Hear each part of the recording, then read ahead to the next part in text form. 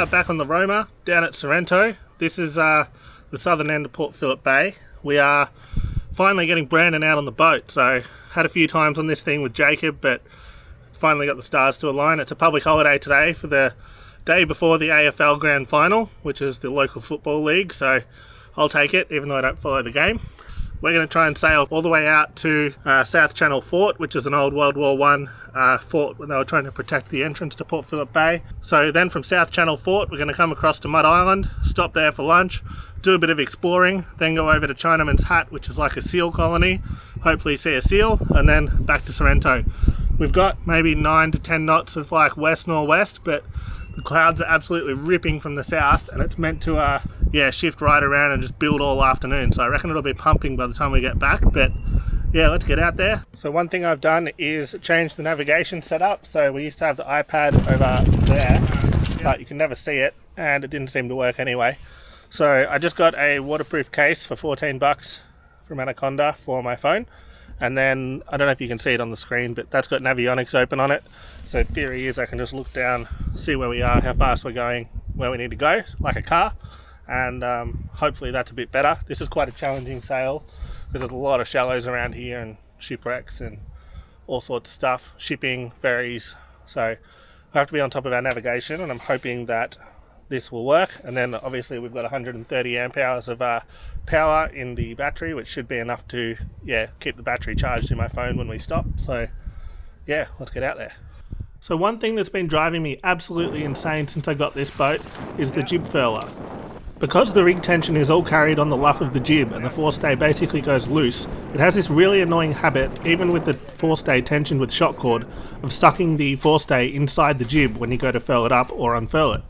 So this was the old top swivel. I replaced it with this one that's got a stick on the front and a little spiral that you can feed the forestay into, which keeps the head of the jib separated nicely from the actual forestay, and hopefully just getting rid of that problem completely. Took me about 5 minutes to install. I also tensioned up that orange lashing on the bottom of the forestay just to give it a little bit less slack, and that seemed to have done the job perfectly.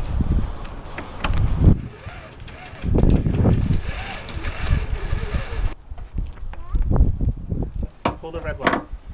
Big pull! Look, it rolls up the sail. Big pull! Yes! And then we're back at Sorrento, leaving the boat ramp. So whilst I was watching this footage back, I had a bit of an idea. I should move the main halyard from the starboard side of the mast to the port side, because basically I'm always sitting on the port side with the outboard motor, and it doesn't really make sense that the crew's kind of pinned between the starboard stay and the boom to pull the main halyard up. But if it was on the same side as me, I'd be able to bear away a little bit more, and then the crew won't get hit with the boom.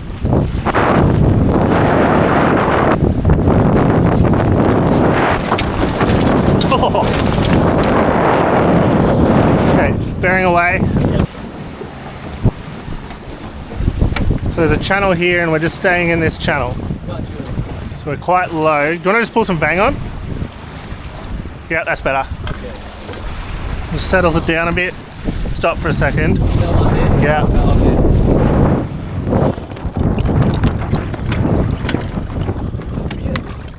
Look at this, unfurled without sucking the forestay into it. It's so good. We weren't that organised and we needed to stop and put our sunscreen on and stuff. So as you can see, using the Huntingford helm impeder, I can push the helm across and then just have the main set in a position where with the head still back, the boat just stops completely. We then realised we didn't need the spinnaker and we dropped it and brought our fenders back in and stashed them under the side deck. Okay, we've got to come up a bit. Do it.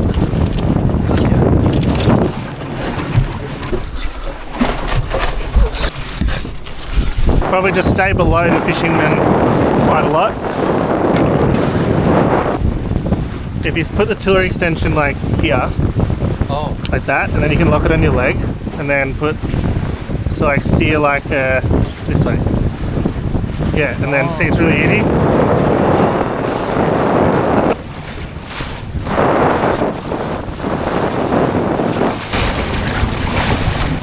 Alright, now we'll come up and go to that channel marker on the right hand one. We want to put it to starboard. Above it? Yeah, above it. Coming into a bit of a gust here. Gust on in 3, 2, 1. Okay. Whilst we're just keeping the boat flat in this solid bit of pressure out towards the channel, if you haven't liked the video or hit the subscribe button yet, please do. It really makes such a difference as to how many people can find these videos and how quickly we can grow sailing.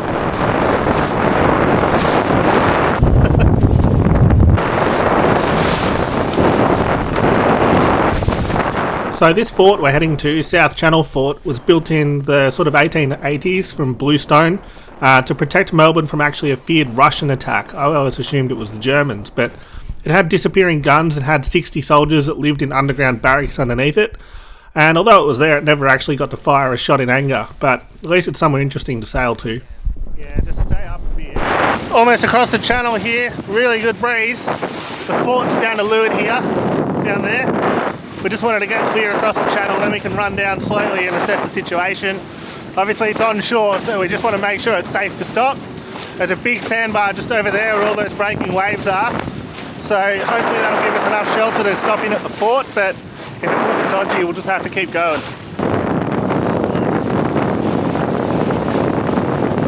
So I just saw like some sort of animal. Roaming. When we had the kite up.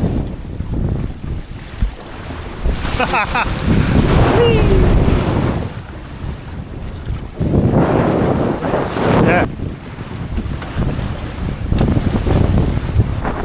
There's definitely a lot of current here. I don't know how we're going to go stopping there in this.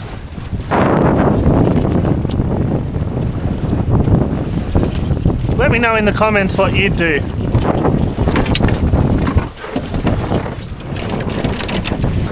Wow. The boat will just get smashed on the wood things, and then if we stuff it up, we're on the rocks. Yeah. Then, like in there, it looks good, but there's no water. Like it's where the seagulls are. Yeah. It's not even. We can't even get from the other side. Get up to the Jenny from the other side. So it feels like we're going fast through the water. Guess how fast we're actually going? 3.3. 3.3. The water's ripping past, we're actually just not moving. So we're going to be, we have to stay this way. Don't go any further that way. Okay. It's really weird for such a cold breeze direction, for it to be so shifty. Okay, so now we're going over there to the islands, but as you can see in the middle here, there's basically no water. The shipping channel is there where the red marker is, just off the bow. Then we've got a massive container ship coming in over here. That's heading up to Melbourne, obviously, so every bit of shipping has to come through the heads just there. One of the roughest port entry and exits in the world. And yeah, we're just going to have to sort of tack our way through, even if we have to slow down for a little bit, let the ship past, just so they know what we're doing. And yeah, we'll just thread the needle and eventually get up to our island. So that container ship is the Palion. It is 272 metres long, 43 metres wide.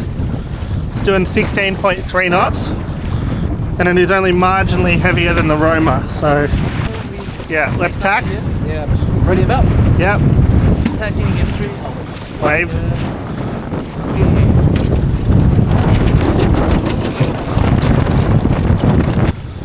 We're so much faster on this tack over the ground. Like twice as quick. Alright, let's get ready to tack. Alright, the ship's passed, so we're good. We're just saying how rough it is, considering the wind and the tide are going the same way. Yeah. Ah.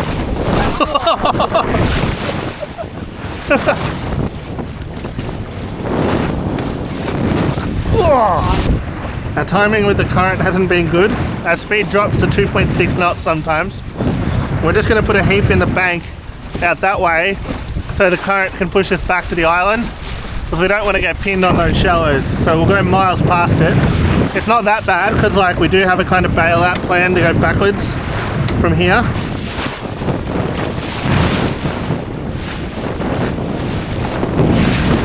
Oh. Coming into breeze. Yep. Breeze is just built here. That'll be a solid 18. Oh, that's hot. That's weird. Definitely very strange weather at the moment. Oh! Dinghy cruising is so good.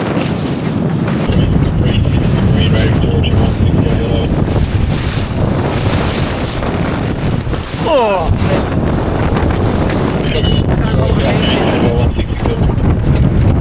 Okay, got it. Yeah. Alright, so we've changed our plan. It's getting very windy. The sky looks rather sketchy, and the current is absolutely ripping out here, and there's no one around. So we're going to go inshore, then beat up the beach to the quarantine station and have a look around there, assuming it's open on a public holiday. Have some lunch there, and then we'll be able to sail downwind in this building breeze all the way back to Sorrento. So got to be a bit flexible in this sort of stuff. Yeah, you don't want to get in a situation where they have to come rescue you, so that's not good for the sport. So we'll keep going and battle our way into this building sou'wester. Getting some seriously good breeze here off the land, real puffy. Houses on the land are amazing.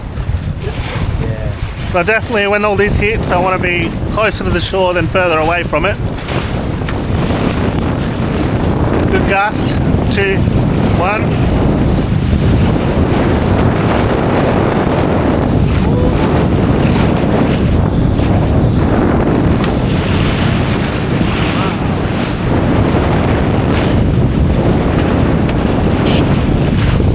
You got it? Yep, got it. 3, 2, 1, let's go.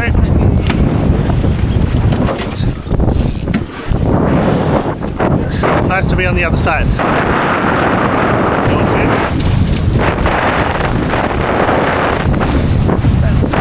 Ready to attack? Okay. 5, you got the main. 4, 3, 2, 1, let's go. Yeah, you just want to like make your intentions clear kind of thing.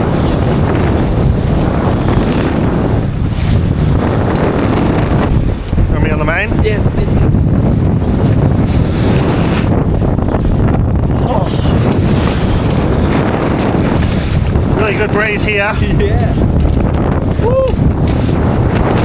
4, 3, 2, 1, attacking. Let's just stay nice and high here.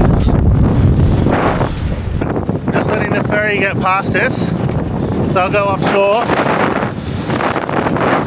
I don't want to be that guy, but at this point, people in the comments that say reef will almost be right. That's rather windy.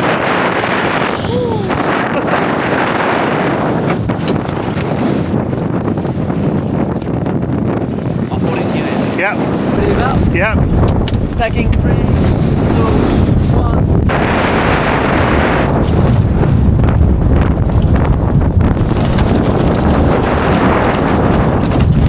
Okay, just round up a bit.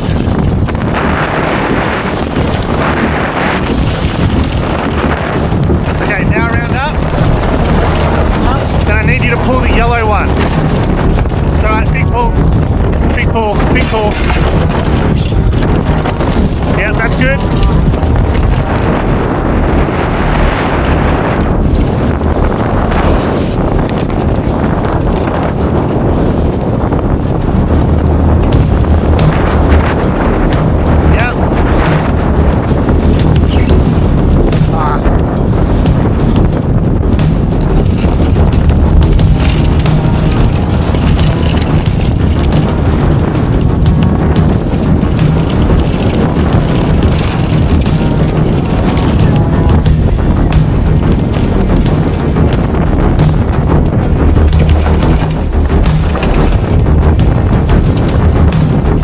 Pass the kite pull up, fix that.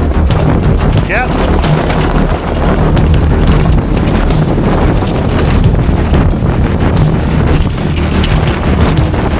Okay, let's go.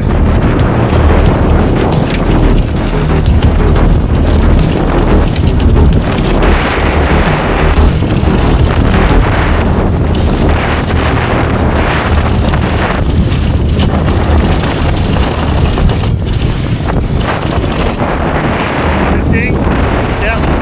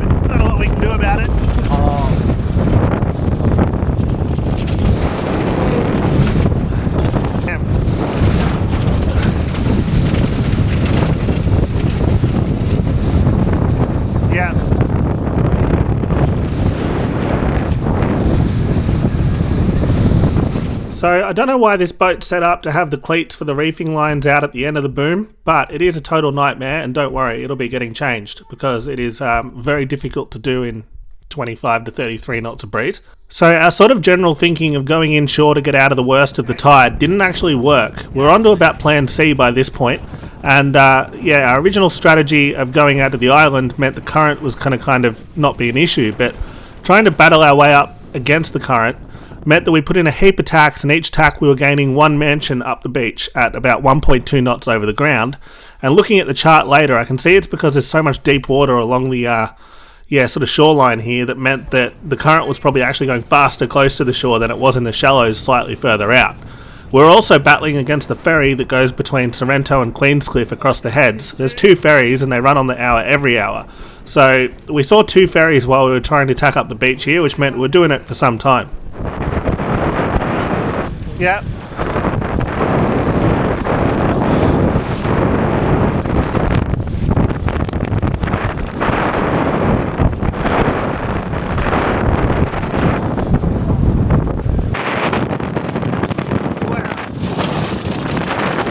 Got it. I eventually had a look at the wind readings from South Channel Fort, and it actually gusted to about 33 knots during this squall, so that's probably why we did need to just put a reef in here. Yeah.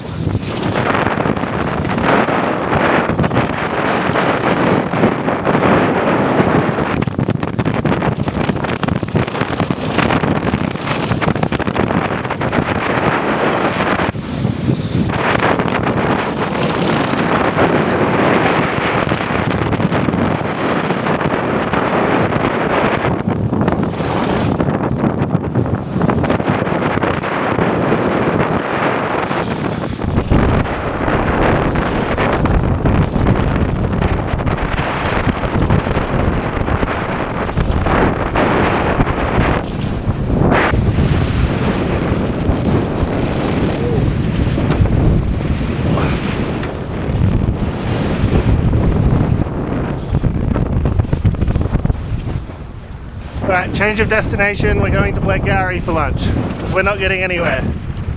Ease jib. Yep. Let go of the reef line. Let go. Yep. Yep. Up. Yep. Up. Yep. Up, up. Yep. That's it.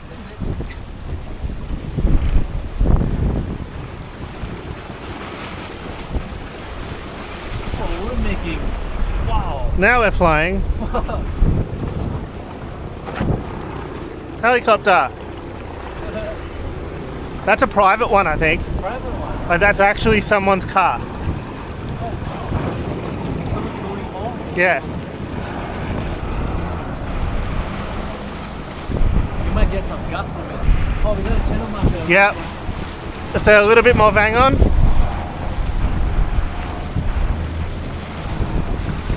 bit more?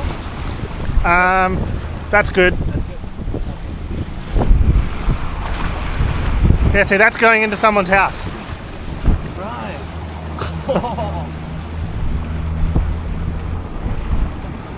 You can see why we were struggling. Look at the current. Yeah. Oh my goodness. Oh my goodness. Wow. I know we should have put the kite up here, but we'd just been smashed going upwind for an hour and a half, and we just really wanted to rest, so that's why it stayed down. I'm as disappointed as you are, but yeah, next time I promise we'll get the kite up and won't make you watch a downwind without one. We then had to go way up into the moorings to dodge the ferry coming out. Like I said, these ferries run very regularly, and you got to keep an eye out for them.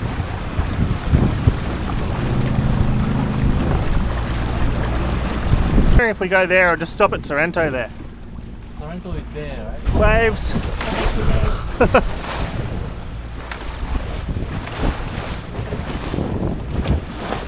Oh, Yeah, we'll be okay. accidental drive. And I'll throw the boom, you steer. Okay. Ready? Ready. 3, Diving. 2, 1.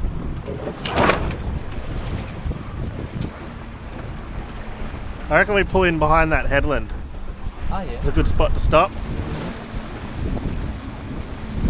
Yeah, I think this gut's not going. Okay, ready to jibe? Ready. Okay. Turning. Turning. 3, 2, 1. Big bang. So I later found out that we weren't the only people to reckon this looked like a good spot. So this is Sullivan Bay, and we're actually going to anchor right behind the western sister. This was the site of Victoria's first European settlement in 1803. So 400 convicts, marines and officials landed here, but poor water and lack of supplies saw it abandoned within a few months. But one convict, William Buckley, escaped and lived with the Wadwarang people over near Geelong for over 30 years and went on to become a legend of the early colony and Australian folklore.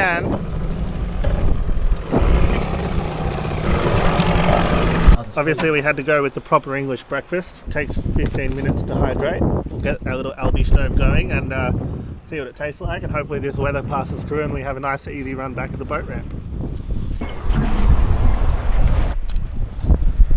So we need a litre of water. Okay. This is Chef Tom here.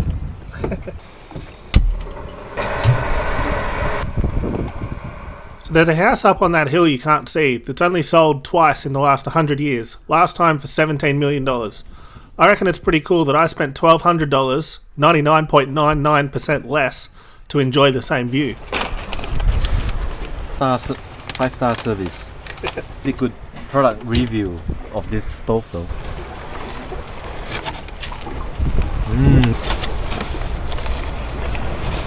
Okay, and we've still got enough water for coffee. Okay, now we leave that for 15 minutes.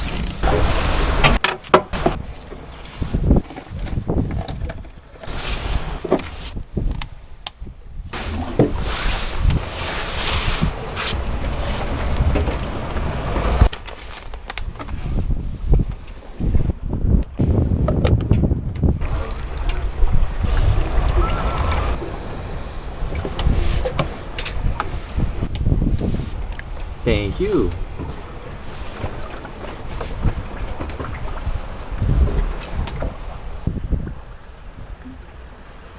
That was a long sail to absolutely nowhere.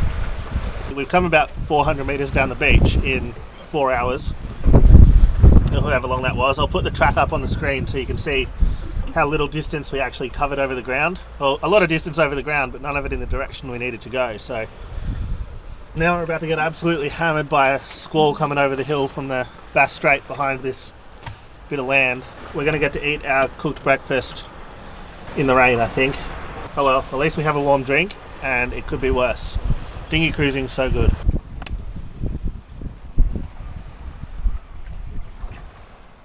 What do you think of dinghy cruising, Brandon?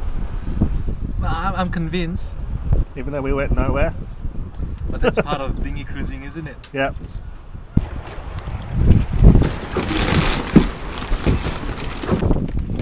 yours. Thank you. Ooh. Thank you. It smells good. Yeah. Wow. It's a lot of food. This is. What do you want to eat in the rain in 25 knots? And it's hot. And it's hot. Brandon loves his.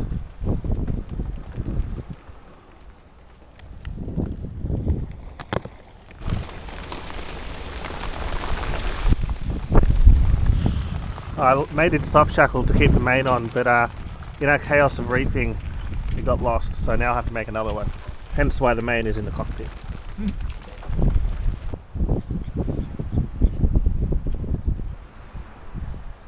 The ferry. Yes.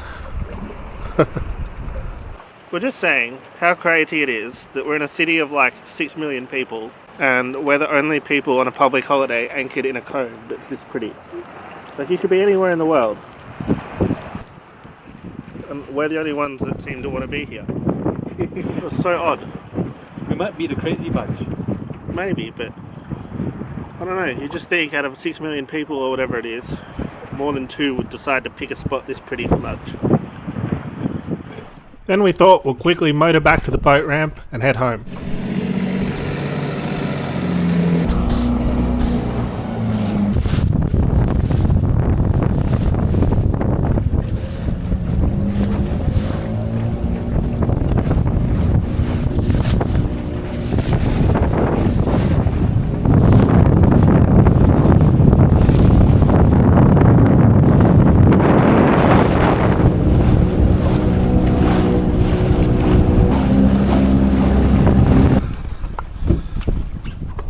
Our engines are not doing too great.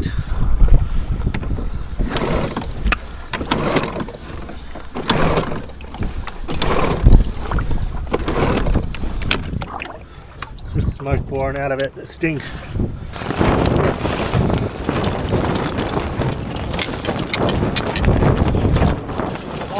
Okay.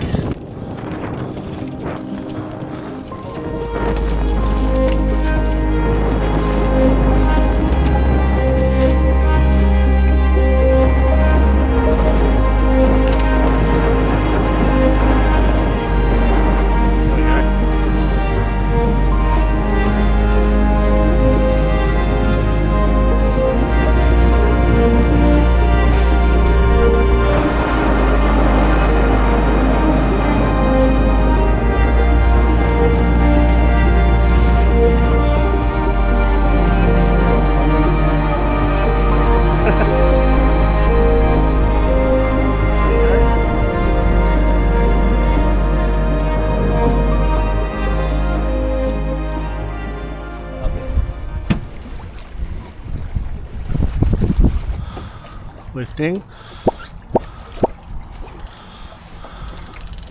Just a massive thanks to the people on Patreon that continue to support the channel financially. It is really appreciated. Yeah. Okay, just tack the jib.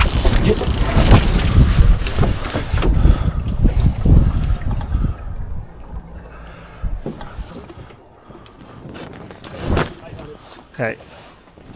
You're right. Yep. Okay. Okay. I got the boat. Okay, we're back. That was a brutal day. Like, we're just fighting the tide all day. Probably should have tried to... I did look into the tide, but obviously not well enough. So, definitely got an engine issue. The rest of the boat actually went alright, so yeah, anyway, hope you liked that. Thanks for watching. Remember to like and subscribe, and I'll see you next time.